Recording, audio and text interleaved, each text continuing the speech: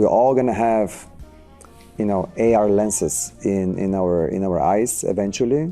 I really wish I had a co-founder or even co-founders, which is usually how you should start such a complex business. I advise now other companies to really do their due diligence on their ideal investor profile. And in the US, especially in Silicon Valley, it's really tough.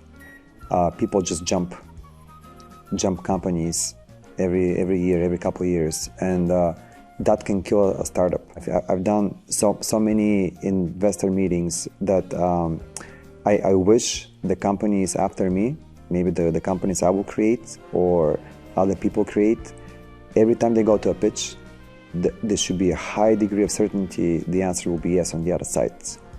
The actual product needs to be perfect. Yeah, there is no perfection, in real world, but it needs to be close to perfect in a way to hopefully create this magic for the customers. So they, in our case, they don't realize that there is a product. They don't realize that they're doing something. It just works. Hello, Recursive community, and welcome back to the Recursive podcast here in Sofia today. Our next guest is a hardware engineer who is building the future of security. Vince Gaydarzhiev is the co-founder of the US-Bulgarian company Alcatraz, the hardware-as-a-service startup that offers autonomous access control that uses facial biometrics, 3D sensing, and artificial intelligence. You're going to go into a bit more details of how do you do that. Customers of Alcatraz are governmental institutions, but also Fortune 500 companies. And before becoming an entrepreneur, Vince worked for high-profile companies like Apple and also Nvidia. He holds several engineering degrees from Stanford and the universities of South California and Florida. Vince, I'm very happy that you're here. Welcome to the Recursive podcast. Thank you for having me. When we met back then, I was surprised to understand that you moved very, very early on to the States. You were born in Russia. Can you tell me about this travel, about this journey? How did you happen to be in the States in the first place? Yeah, sure. So where should I start? I was born in Russia 39 years ago. I was never supposed to be connected to computers. My grandma, she used to play the violin in the Russia Philharmonic for 51 years.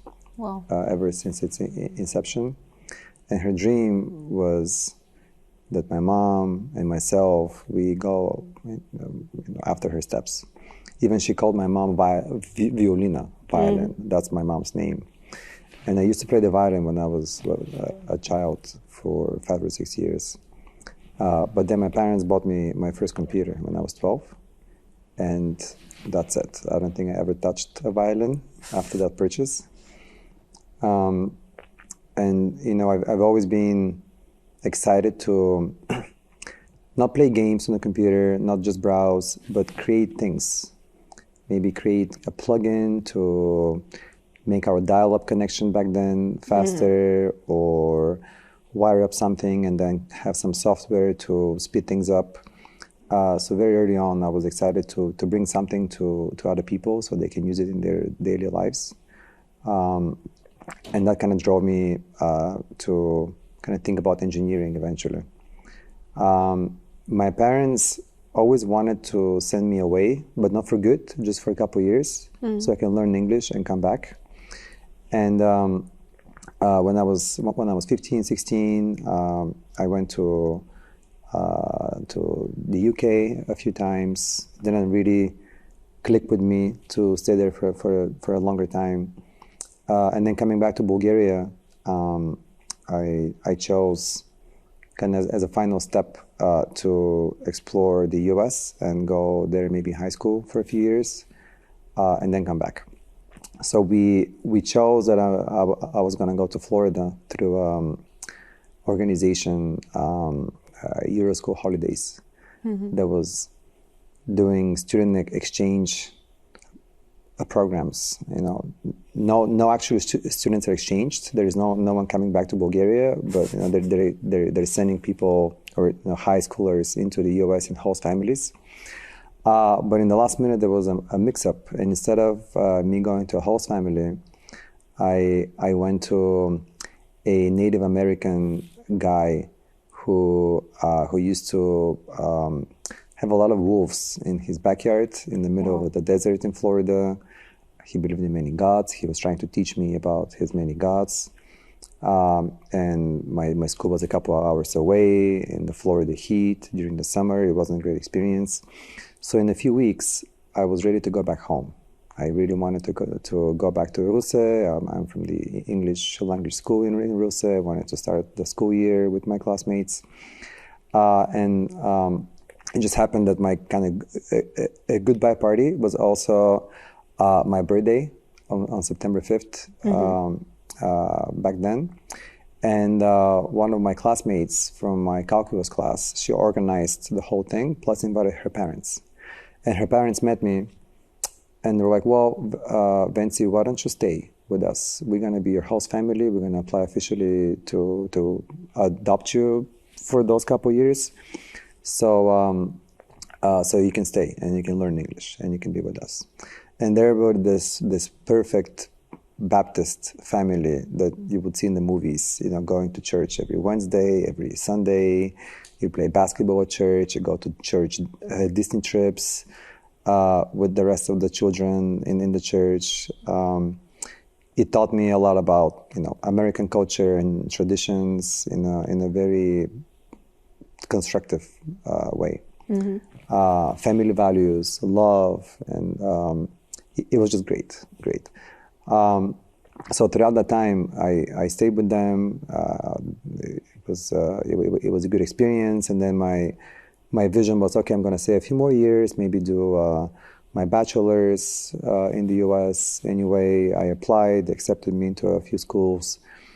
And, life kind of happens. You stay for something, then you finish the degree, then, I want to do a little more. I started doing my PhD even. Eventually, I decided to switch into master's because I didn't want to spend a lot of time in a lab just doing research.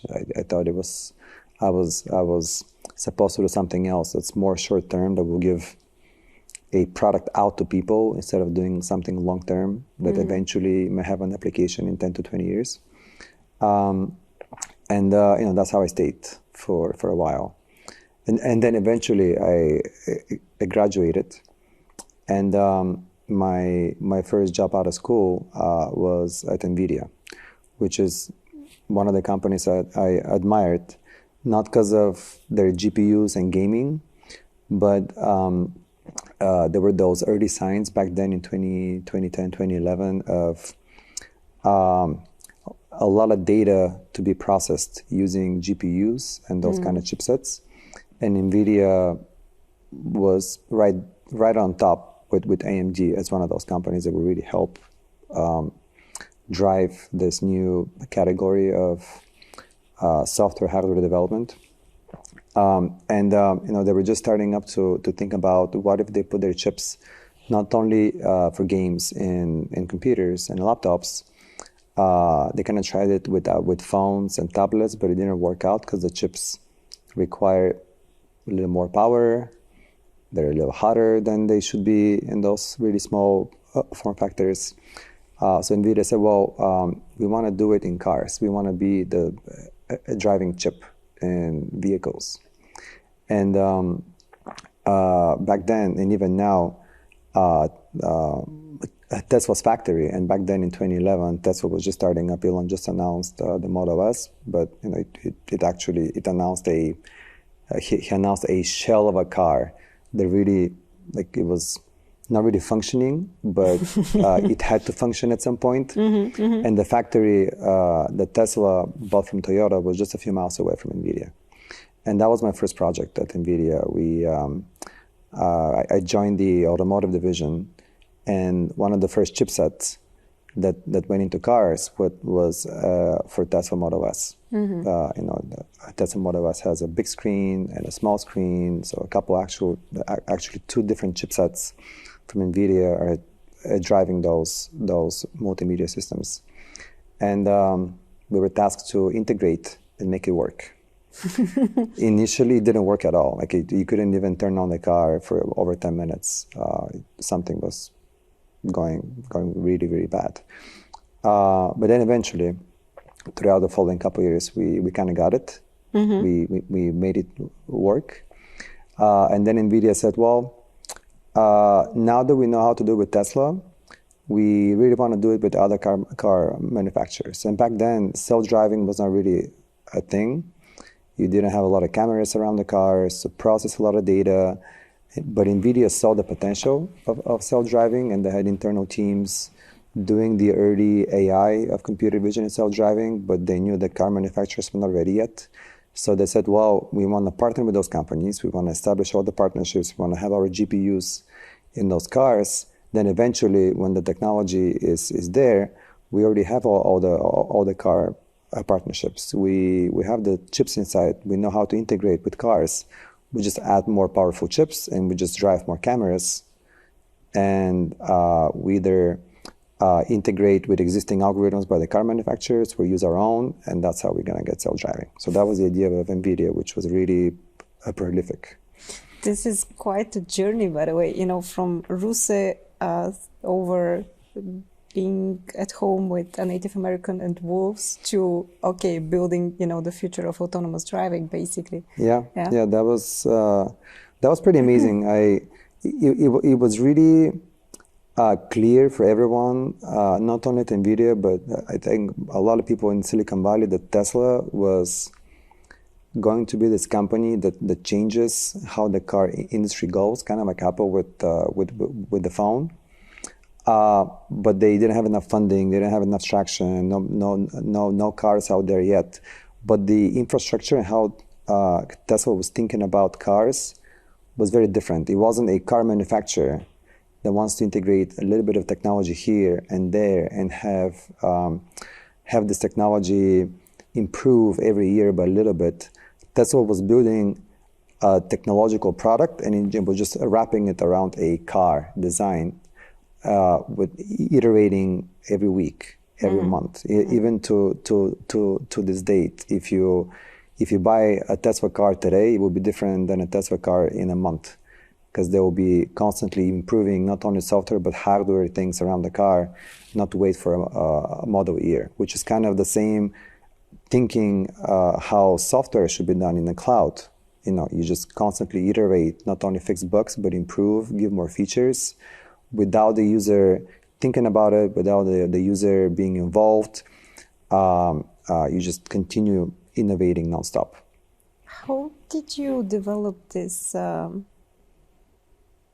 strong, observability of how to build strategy? I mean, you're speaking here, so that was your first job from the university, and you already, could understand, okay, this is a strategical decision, this is why to do it, this is how we're going to do it.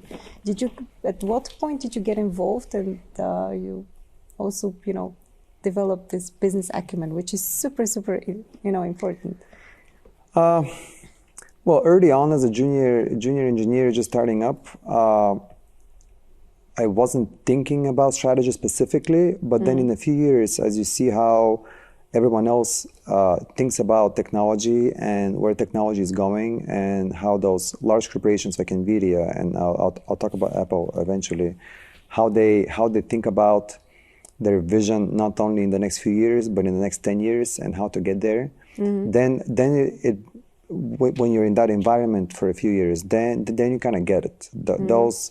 Those corporations, they're not large because they think about technology or product roadmap or their customers, what they will be using in the next year or two. Where is the world going to be in 10 years, and how do we get there? And all the different little steps can be done as a continuous improvement to get us to that level. Because a lot of the time, most of the time, technology is not ready. Technology is shitty. We're all gonna have, AR lenses in our eyes eventually, but how to get there is not going to be a 0 and 1 kind of a transition. We'll have so many iterations of VR, AR headsets and glasses and whatever it is throughout decades to eventually have this technology, and we're going to think about it and we'll say, wow, how do we live without it? What was an iPhone if we could get something in our eyes? Same idea with self-driving cars, right? My kids, they're 3 and 1.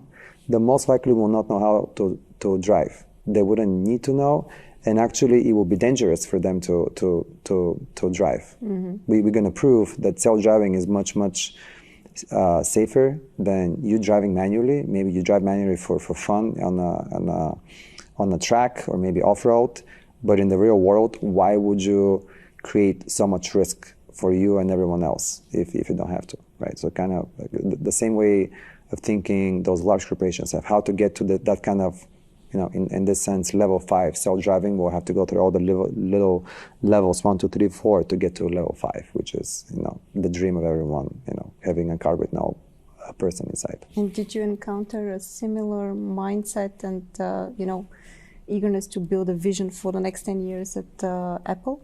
Was it similar? For sure. So Apple is just a machine. If Tesla was a startup with some funding and great vision, and Elon is just an amazing visionary. Apple has a strategy for the next 50 years, and Apple can afford to build 100 products at the same time, and only come out on the market publicly with a few. Many are kind of the same, but with a little different technology and sensors that are not ready yet for mass market because they're not as accurate as what Apple wants them to be. Other products may never come out, or they'll come out in 5 years or 10 years, right? But the goal is how to get to, in Apple's mindset, how to get to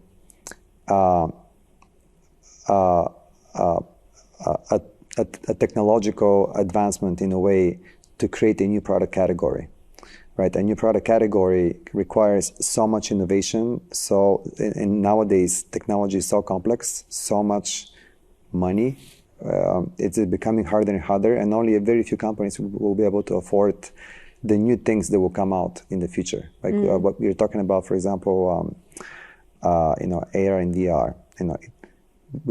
We've kind of seen it in the last few years. Oculus and Facebook are doing things, but for my parents and my grandparents to use AR and VR in their way of thinking, the technology needs to be many decades away from here. It needs to be completely transparent, completely easy, and it will take hundreds of billions of dollars or a huge investment from multiple companies to get it there. So Apple is thinking in that sense, how to create different technologies. Maybe in the next few years they'll be applied into actual products that we can see, that we can use in our world, like Face ID. Face ID is what? Face ID, and it's dear to my heart because I was a little bit involved in the project, and my company Alcatraz is doing facial authentication-based products. Face ID is really about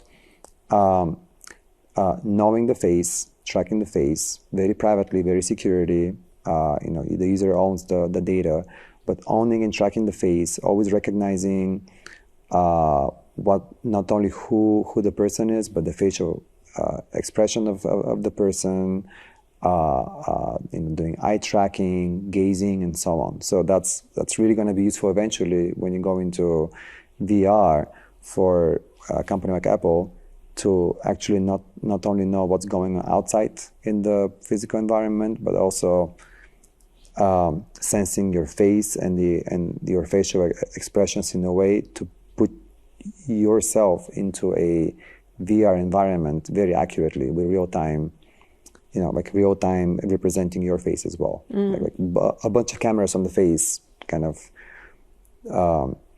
3D modeling your face and animating it, in VR. But that technology, to get there, it needs to go through all the little first steps, and Face ID is just one of those first steps. What always struck me with Apple is that the way that they actually designed the products was so intuitive, so that almost everyone very fast could adopt the usage of it. Even for elderly generations, it was much easier actually to use a smartphone with a touch screen than the old ones where we had the buttons. I saw that so many times. It's like, okay, they start playing with it, and then at some point they kind of, get confident that I can use it. In this sense, I read in an interview also about you that the way that you want to design products, you want to create products, you want them to be also pleasurable to use. Did you develop that at Apple? So Apple's main purpose in life is to delight customers. How do you delight a customer? With a product that is easy to use, pleasurable to use, it gives you a lot of value. But another way to delight the customer is actually to not need to actually interact with the product. So one such thing again is Face ID. My grandpa, he's 95. He doesn't know he's using Face ID. I'm sure he forgot that we enrolled his face. He doesn't know that there is any facial recognition going on. He's just swiping up, and the experience is so seamless as he's swiping up on his phone. He's just starting to use his phone as just a gesture without any thinking about authentication, right? So the best technology, and probably people have heard about this expression, is the one that's magical, the ones that doesn't require any guide, any knowledge to use, or maybe you don't even use it. Mm-hmm. And that's Apple's purpose: how to create something that just works. We've also heard about this kind of an expression by Apple, how to create all different little technologies around wireless communication and chipsets and industrial design in a way to make it pleasurable, but ideally not there at all. And that's what we're trying to do with Alcatraz as well. I was just about to point that out, that actually your technology, the way that it's designed and the way that I also had the chance to experience it in your office, is that I'm not even going to have interaction. That's the ideal case. Yeah. And as the technology progresses throughout generations, we want to integrate into things that you wouldn't even expect for them to authenticate you, right? We want to make things smaller and not cheaper, so we can deploy everywhere, and so fast that you don't not only you don't have to interact, you don't even see what's going. You have no time because you just go. That's the main goal with Alcatraz. You just go, but there's so many things going on as a complex transaction that actually we create a very secure, very high-end experience, not only for the users, but actually for the security admins who are our buyers, our decision makers that we provide value to, increasing security while decreasing friction. Ideally, there is no friction because people don't even realize what's going on. Mm-hmm. Similar to Apple, and as a startup like Alcatraz, it takes just more effort, more time to get to that level of magic. And I'm kind of proud we accomplished that. Let's get back to the beginnings, actually, of Alcatraz. I think already before that, you had a very stellar career, working for projects like this, being at Apple. I think this is probably the dream of so many people around the world. And then you still decide to go on an entrepreneurial journey, to start your own company, to build your own product. I think you also started already from the beginning as a single founder. Yeah. Lead me through this decision-making process. Why, in the first place? Why you already had a wonderful, probably, career and a wonderful life, very comfortable one. Why go into the trouble of doing a startup? Yeah, actually, quite a bit of trouble. I guess that's true. It wasn't easy to be kind of starting up as a almost single founder. We had some early on engineers. The decision-making process was kind of easy. There is this period in someone's life where they can afford to be freer and do things as they like in complete freedom. Mm-hmm. That's before family and kids, before the financial responsibility that is kind of connected to this, a period where you can take risks. Yeah. Maybe a couple periods. Maybe those couple periods are, before family, and then eventually after some of the kids are raised, but you also have financial stability to keep supporting them and continue starting a new journey, because that's creating the actual risk. So in my case, I could just see that if I don't take this opportunity now, because we were on the cusp of having the face as the main credential for the phone, for mobile, but in the physical world, we saw the opportunity that nothing like that exists, and we thought we knew how to make it. Actually, we didn't. It took us way more money and time to create something to be very robust for enterprise, much more complex than what we thought it would be on the phone, because on the phone, it's not easy, but there are less requirements, because you see like one face, one person, you can control the conditions. While in the physical world, the enterprise, it's much more complex to have so many people and different velocities, different environments to go through, but you have to create the same kind of magic. We just saw the opportunity to go now.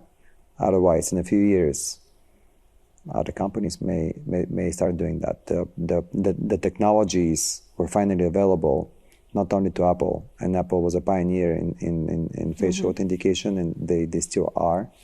If you think about other companies, how they do facial authentication, it's not as good. It's not as secure. It's not as private.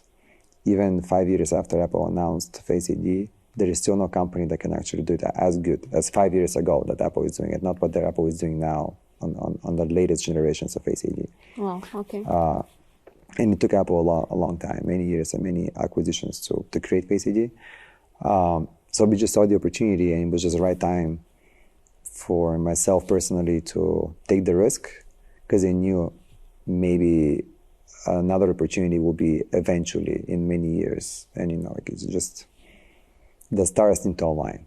Did you count with this time to market that you had with Alcatraz?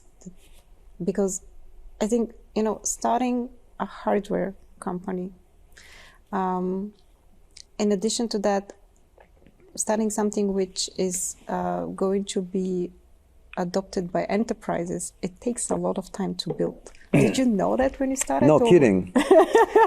Yeah, we didn't know anything. We had consumer mindsets.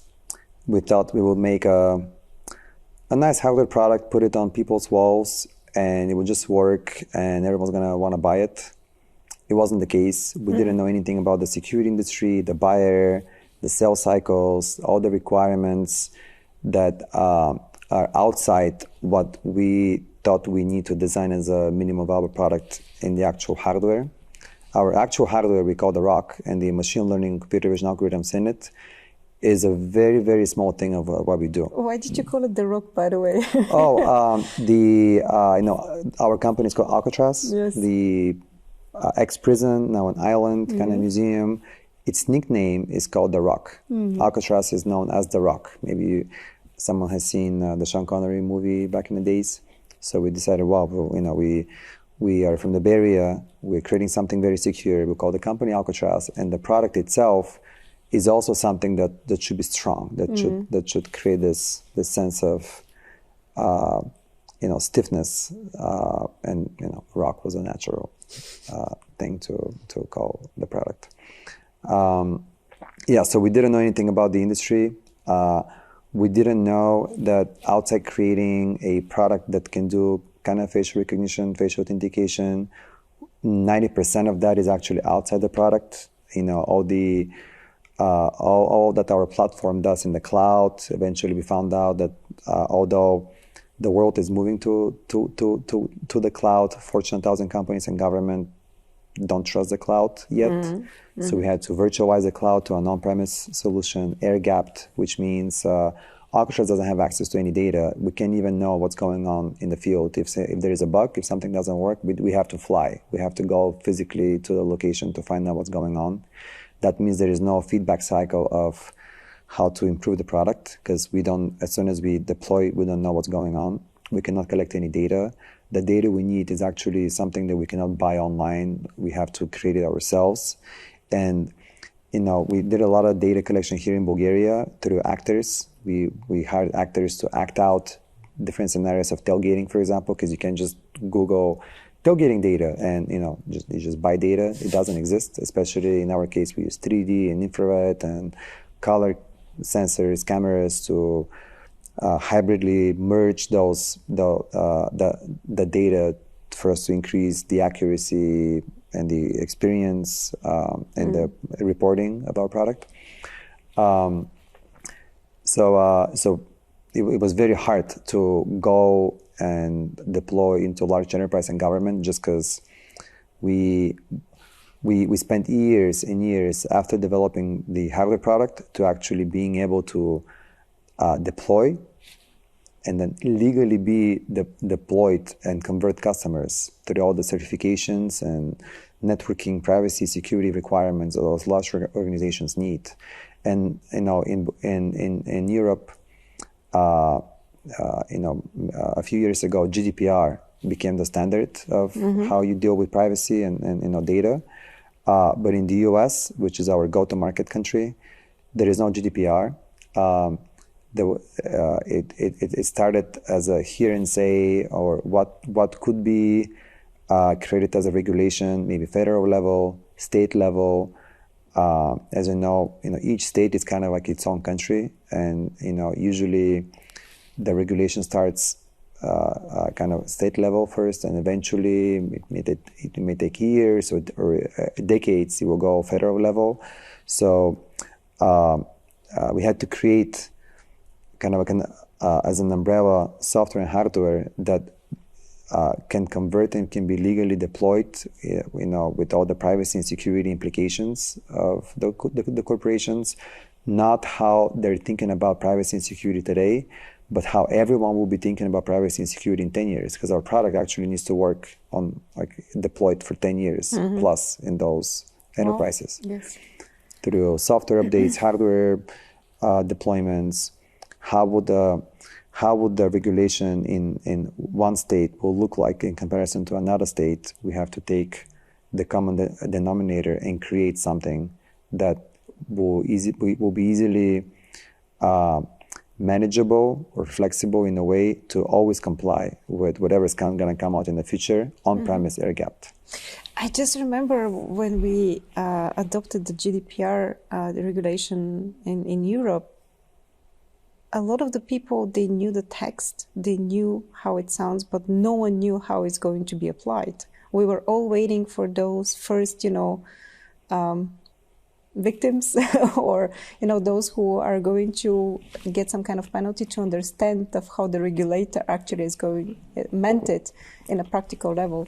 Did you have the same issue in the States? Because, you obviously talk to the regulators, but how is it going to apply? This is going to be, these are going to be the judges, I guess. Not only in the US, we're having the same kind of similar challenges in Europe, even though GDPR has been here for a while. Each country interprets it in a slightly different way. Yeah. For example, how do you deal with data of employees when they come, but also when they go from the company? Do you store it for 30 days, 60 days, 90 days? What kind of data?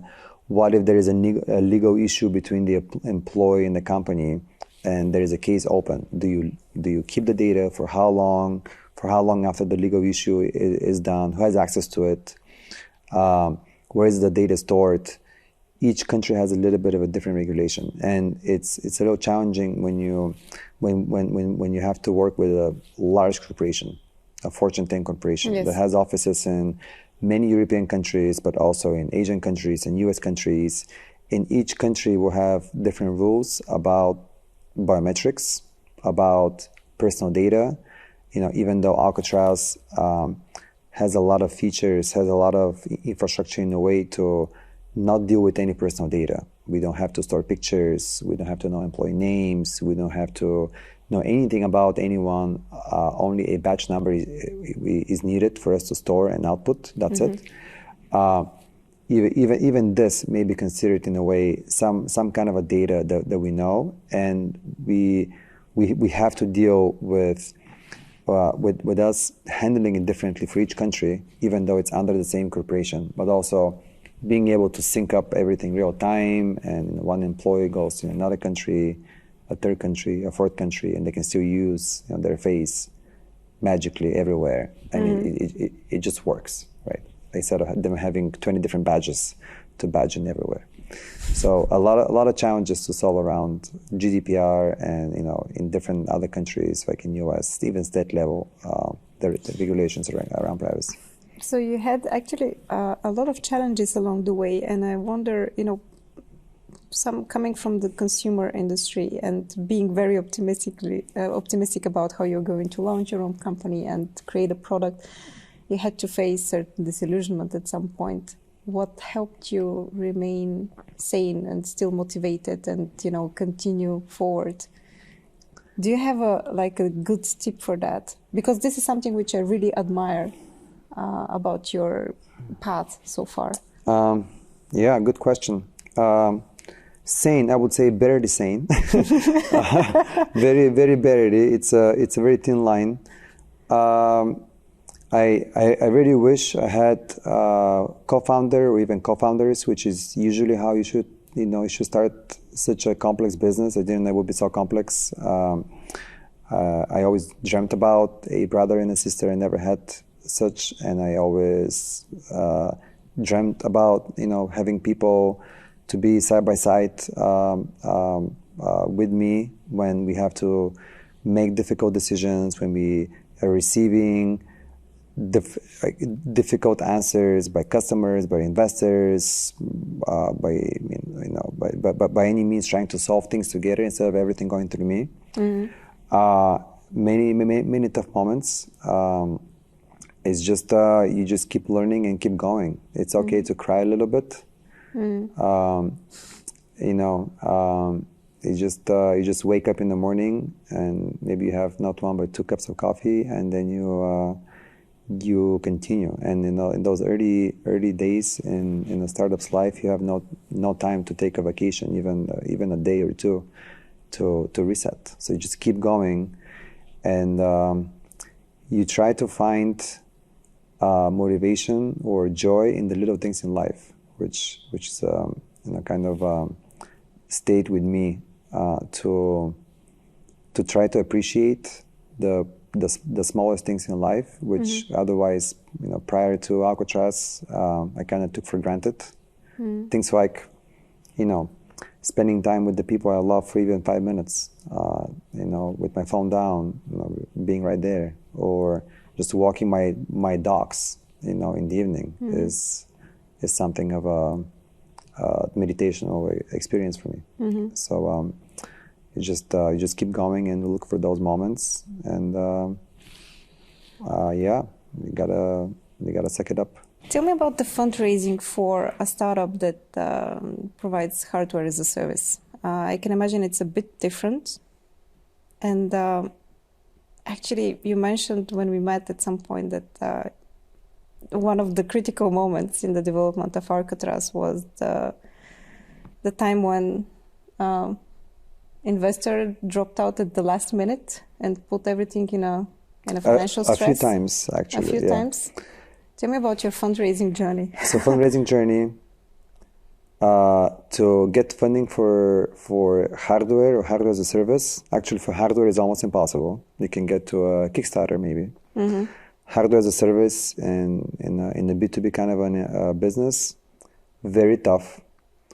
Out of 100 VCs, all the tier 1s and 2 VCs, I would say 90% will give you a gentle, nice excuse that they want to wait for traction or whatever the reason is. But actually, it's just very risky, especially if you're creating hardware that's complex, that requires something that it requires software and hardware and infrastructure and different certifications.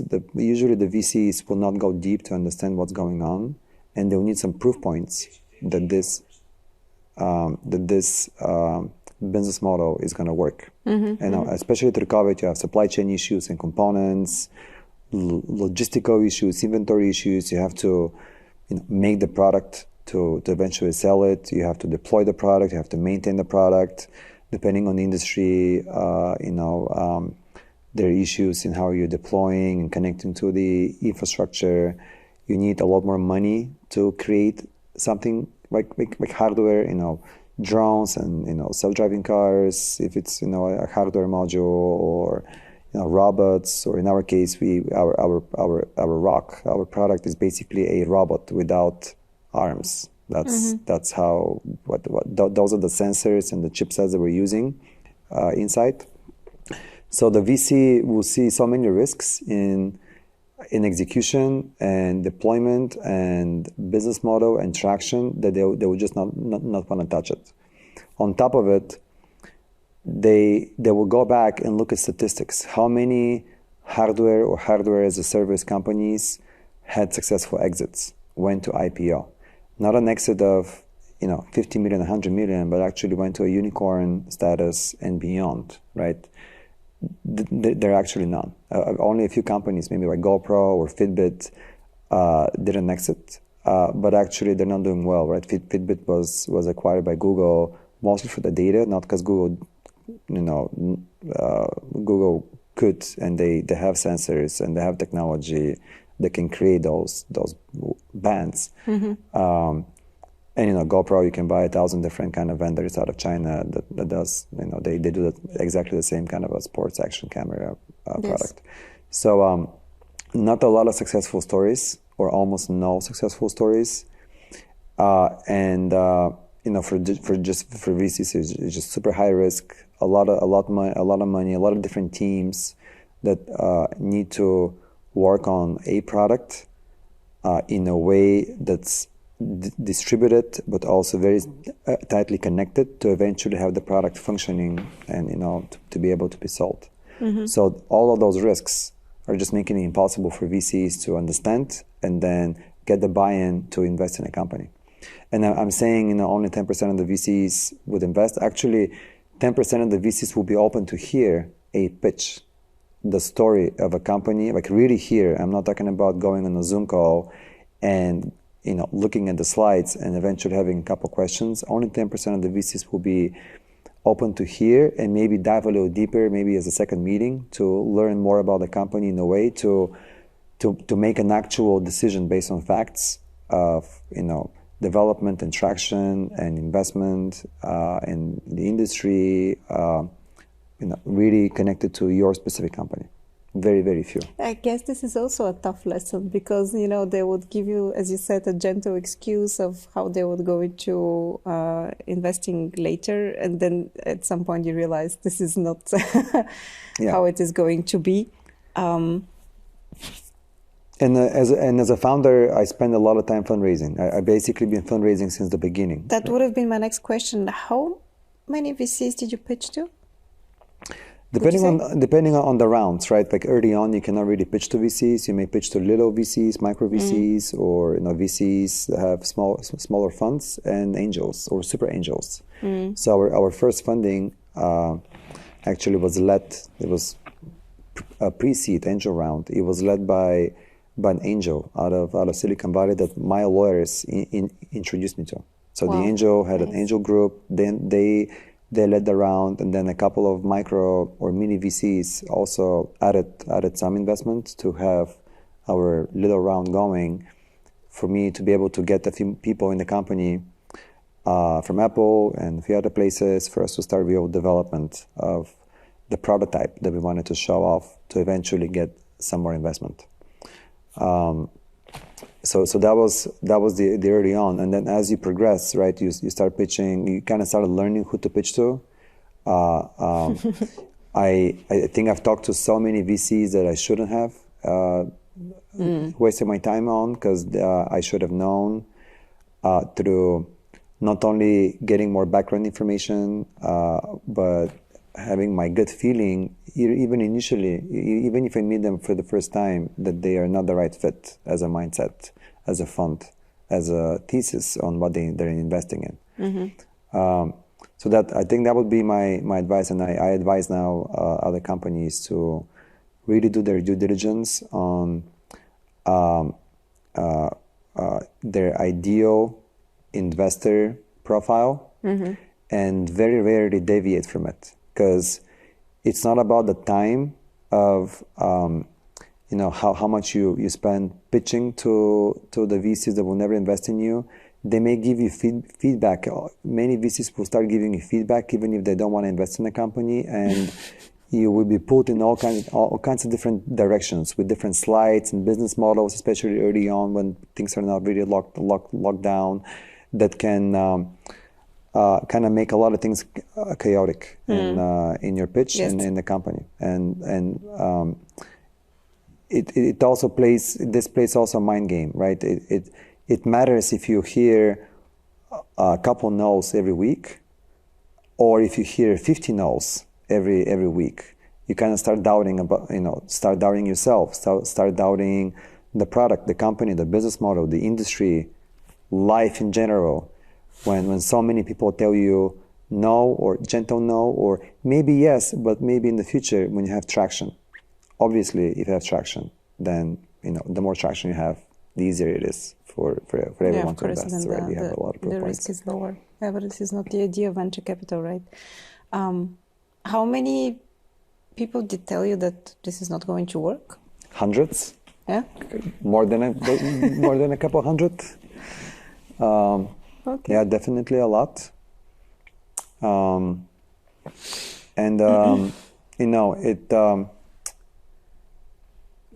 would say I've learned to listen to my gut, even initially when you talk to someone about whether this conversation can go somewhere.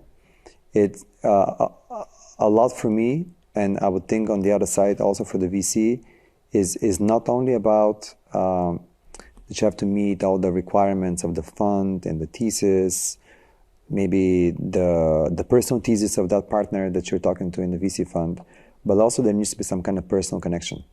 Because it's not only a one-way decision, it's also the founder decision to let that investment in by that fund. But actually it's not the fund, it's the partner that will come in your company. It's a little bit of like a marriage. Yeah. Especially if you have a round with a lead investor and a few others, very often the lead investor will come and join you on your board as a director, with a vote. Maybe a few others will join as observers, but those guys, you will see them very often. You have some tough conversations, not already easy conversations. They'll help you grow the company through recruiting and advice. They'll help you save the company, as what happened a couple times for us.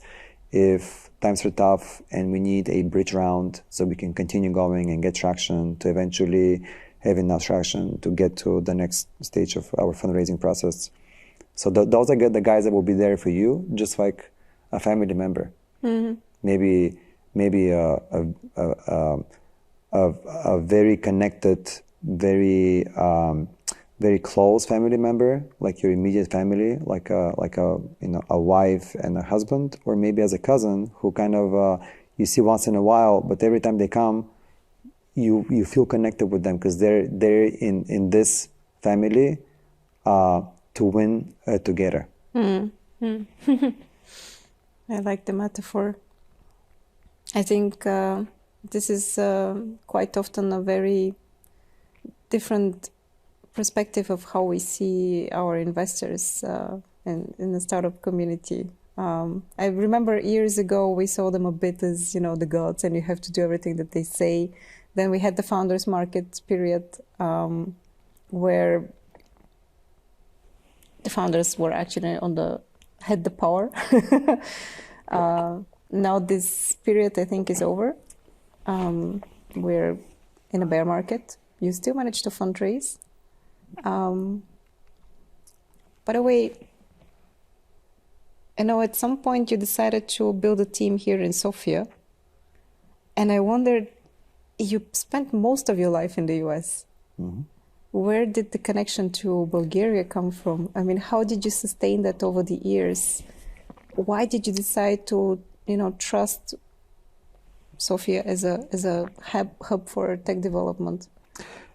Yeah, so first, I've always been connected to Bulgaria. My parents and relatives are here, and I have a few friends as well. Um, I think it happened a little bit by luck because I didn't know that I'll have an opportunity to create a team here. Actually, I was thinking about creating a team somewhere else to help us with engineering back in the days in 2016, 2017, because it was just hard to extract people from those large corporations because their salary was many times over what we could afford at Alcatraz. Plus, the retention in the US, especially in Silicon Valley, is really tough. People just jump companies every year, every couple of years, and that can kill a startup. A startup, you have one of in a team initially, and then maybe two of in a team. And in our case, we had many teams and one of each. If one leaves, you have no team, and things can just stop. So you have to really pick who you're hiring to kind of know that they will train. They'll need some time to really get involved and impact the company technologically early on. But then you have to trust them they're going to stay. And I remember I just came for Christmas here. One of my first Christmases back in the days in Bulgaria, and I met a few of my friends, and they introduced me to a few people that were just starting up, some ideas and some funds early on. Because back in the days, there were only a couple of funds that were professionally investing into startups. No incubators, no co-working spaces, nothing. Which year was that? Do you remember? That was 2016 when they came. There were some ideas and early steps, but nothing like what we had in the last couple of years. That was it for me. I thought it would be great to do things here in Bulgaria, and I saw the potential that there will be some startup infrastructure that will be built. And also there was this company, like an engineering services company that could help us from Bulgaria to build some of the software on our chipsets to do demos on our product. And I decided, actually, let me get an office right across the street from that company, hire a few people so they can collaborate across the street. It will be easier for us. And that's how the whole thing started. Wow. Nice. Yeah, now we have 35, 40 people in Sofia. The product, there is no way we could have any product without the team here. Almost all of our software is built in Bulgaria. We're hardware as a service company, but actually 90% of everything is software that we develop. Yes. The secret sauce is software. Anyone can buy our product and disassemble and put together the components. That doesn't matter. It's all about software. So now you have a more direct experience with the Bulgarian tech talent. How would you say are we different from what you have seen already in the Silicon Valley? It depends on the person. If they have experience working with large corporations, if they have experience working in large corporations, in different time zones, in companies that have offices 10 hours apart, like what we have. We have an office in Indianapolis, we have an office in Cupertino, that's 7 and 10 hours apart from here. I would say retention is amazing. We basically have no people leaving the company in the last 4 or 5 years. Wow. Which I'm mind blown because I know actually retention in Bulgaria by itself is great, but it's not that good. Which speaks also for your culture, by the way. I think it's culture and product. A lot of the teammates that we're getting, they're referrals. They may be friends of friends, so people kind of know each other. I'm so amazed. I'm so happy that I was able to stay this summer for a while with my family and spend time with everyone here. People stay in the evening until 10 p.m. having glucanka and drinking rakia in the office, which is a very different culture and a mindset from in the US. Nice. So that's what I love. A lot of collaboration. Even through COVID, we thought initially virtual environments will make things less efficient. Actually not. Like we missed people seeing each other, but actually through a little bit more process, we were able to get things right. So this is the good thing. There are always negatives around virtual teams or teams that are separate from one another, and time differences, and we have a lot more steps to accomplish to make things more efficient with processes and structure. But overall, that was one of the best decisions that I made for Alcatraz. Can I ask you about another rather untypical decision in your story? You decided to step down from the role of the CEO.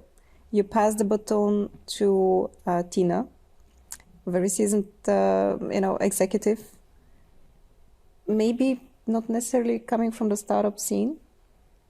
Was it difficult to make this decision? Was it difficult to go through that transition? And do you feel now that you found someone who is more like a co-founder, someone who is, I don't know how to put it, you mentioned before, like a sister? Yeah, great question. So the whole thing happened very organically. Usually when someone steps down and someone replaces the CEO, maybe the board required that, maybe there is something in the background that doesn't work. For me, it was a very easy decision, and actually it happened through time. One of the largest corporations in security invested in us. And through that, I got to know Tina because she was the general manager there in California. I was kind of mind blown on how she's thinking about the industry and the depth of experience she has. So first I asked her to be an advisor for the company, kind of giving us ideas on go-to-market and business model and how to gain traction. Kind of for us, we also kind of use her to bounce ideas as if she's the decision makers, the decision maker of our target markets, because it was hard for us early on to talk to the decision maker, because the decision makers in those large corporations, they don't want to share with us their security issues, their security challenges. Right? It's a situation where things are not publicly available, and I personally didn't have any connections in the security industry to have buddies that are able to share.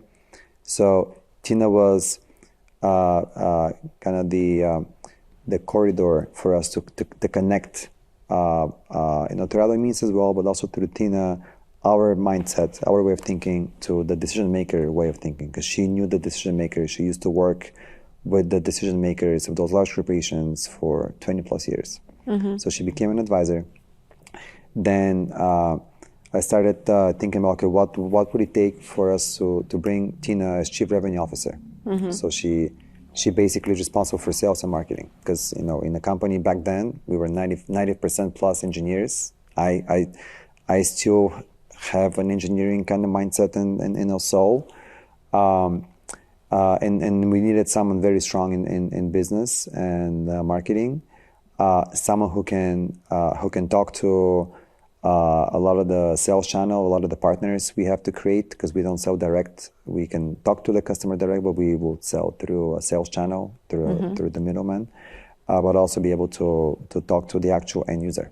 Because if you think about it, our decision maker, the buyer, they may be an ex-cop, ex-FBI, ex-CIA agent that is now more senior, and they became the chief security officer or director of security in a large corporation. And if I go, they were like, who is this Russian dude that's trying to sell me high security in my corporation? It doesn't seem right? Plus, it's Alcatraz, new company, unproven technology. it's a lot of risk, and their actual job is to de-risk security, right? And we're actually creating more risk by selling them our product. But isn't it also a very male-dominated kind of position in a company?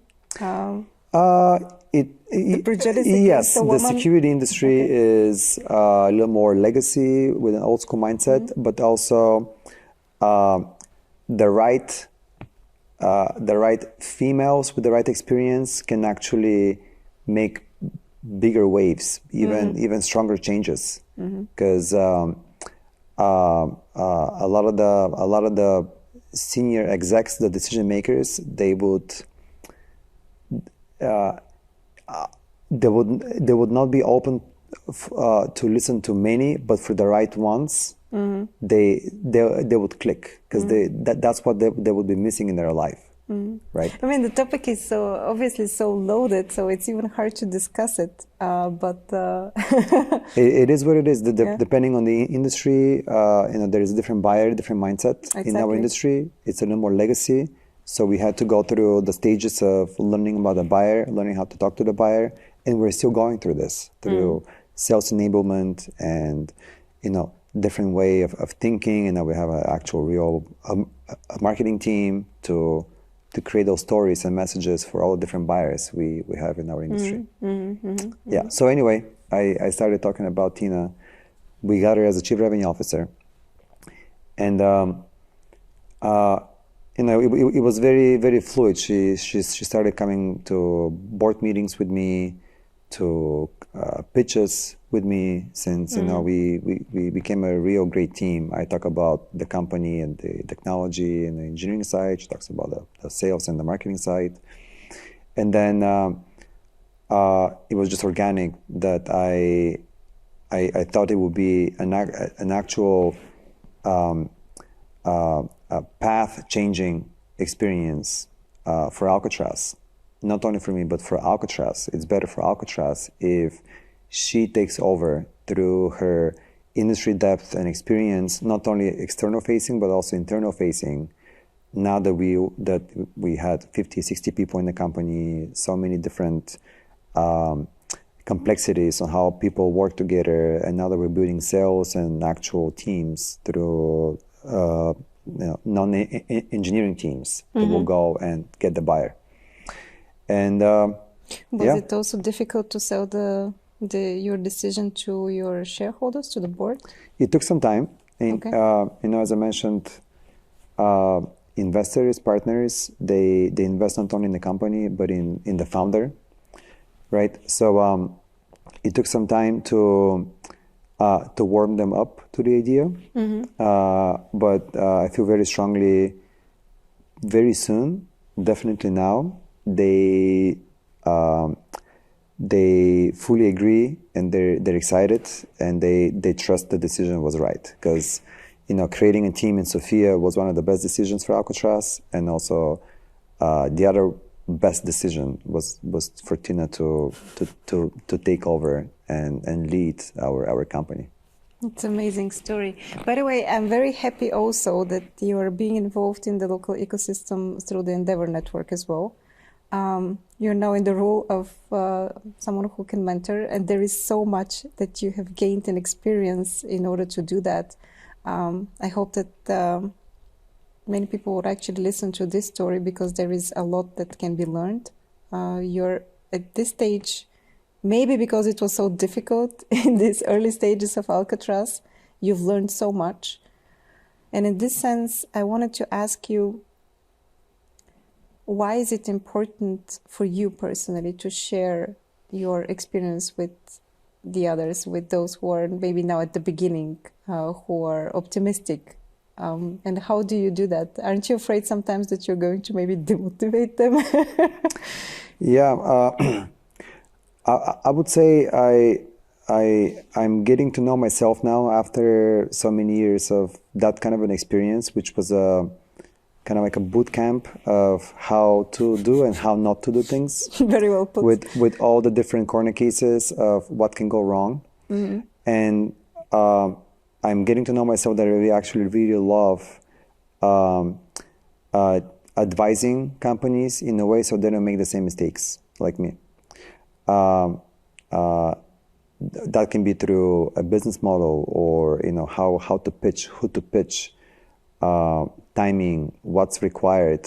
I've done so many investor meetings that I wish the companies after me, maybe the companies I will create or other people create, every time they go to a pitch, there should be a high degree of certainty the answer will be yes on the other side. And there are a lot of things in a puzzle that need to go right for the VC, for the investor to say yes. And investment is just one small portion of the company's goal. Like, the business model and how to make a company successful is the real problem, the real challenge, what you have to solve for. But the investment will give you the means to do it faster. I just wish I give my knowledge to more companies, more founders, so they have less sleepless nights, less tears. And Endeavor is giving us that chance. That's why I joined Endeavor, to help out some of the companies there, especially companies in Bulgaria, to go faster, make less mistakes. And I'm also advising a few companies in the US as well, and help them out with a few of the initial stages, because the initial stages are the most critical with the most unknowns. You touched on an aspect which I find very important, and unfortunately we in media create part of the problem, that we celebrate deal closings, for instance, as success, where at the end the game is different. I'm not going to ask you if this is right or wrong. I'm actually going to ask you about your idea of success. So you have to project yourself to the moment where you feel like, okay, with Alcatraz we made it, we are successful. Can you describe this moment for me? Like, where are you? What do you do? How do you know that you've reached the moment where you feel successful? Yeah, so it's an interesting question. As a founder, and now I have another person on the team, like Tina, who I feel like a co-founder. I kind of feel her as a bigger sister, but also as a founder, in a way that she cares as deep about Alcatraz, or I feel she cares as deep as about Alcatraz as me, which is kind of weird to say, because Alcatraz is my baby. I created Alcatraz, and as a single parent, I didn't think I can find someone who can adopt the baby in a way to not only adopt on papers, not only adopt to care per a specification of how you care about the baby, but actually care deeply in a way to, unfortunately, have sleepless nights as many as mine. Tears as many as mine. So through this, now we're both finding out. I kind of knew it from previous rounds, but even in this round that we closed, the round is closed, but actually there is no time to celebrate, because this is not the actual success. You may have this great feeling for a few hours. Okay, I don't have to fundraise for the next X many months or years. But then the actual work, the actual challenge of creating a successful business model to make you profitable, to create real value for your customers, to create value, excitement, motivation for your employees, that's a real challenge. The investment is helping a little bit so you can go longer, because the number one reason for a company to die is just money ends. That's it. And you just have more opportunity, a longer opportunity to go longer to actually solve the real challenge. So not only Alcatraz, any company can call itself a success if first it's profitable, which means you don't need to fundraise anymore. You can do whatever you want. You can reinvest in yourself through the revenue you get, the actual profit you get, in a way to grow organically, right? And then the second thing is the actual product needs to be perfect. Yeah, there is no perfection in real world, but it needs to be close to perfect in a way to hopefully create this magic for the customers, so they, in our case, they don't realize that there is a product. They don't realize that they're doing something. It just works. So when you combine a business that can sustain by itself and call itself a success, not only because it's profitable and it solved the burn, the revenue issue, as a huge challenge, but also delight its customers in a way to create magic. That's the real success. Wow. So you strive not for perfection, but for a bit less than perfection and magic. You strive for perfection, and then realizing that you have to come close to it, if possible. Thank you for sharing this story. For sharing, a bit of the background of your journey, because I think many of us can read an article, can find out the facts, but it's different when you get the little philosophies and the emotion, and when you share with someone that we cried back then, we do that together. It gives a totally different flavor to the whole story, and it's very human. So, Venci from Russe, if I may call you like this. At the end of the conversation, I wish you a lot of magic. It's maybe at the end at some point of Alcatraz, but also in life. I do believe, and I also feel like you, that we need a bit more magic. I think we do. I think we do, and thank you for inviting me, Irina. I hope we see each other much more often now. I hope so too. Definitely. I also, especially from through the Endeavor Network. Thank you. It was a pleasure. Next on the Recursive podcast, serial entrepreneur and investor Elvin Guri. Being such a flawed individual myself, I have pretty low standards when it comes to the character of the teams, of the individuals. We look for quality teams. Outstanding individuals can play and do play a vital role in the founding stage of businesses. However, in our activity, we invest in growth stage businesses where the quality of the organization must become increasingly more important than the quality of the individual that has established or helped create the organization. It is exactly the moment where a firm starts becoming institutionalized, bureaucratized, if you will. That is the point where we would like to start investing, because that's where we can bring more value. And if you are just as passionate about innovation as we are, hit subscribe for the Recursive podcast on YouTube or your favorite podcast platform. We're everywhere.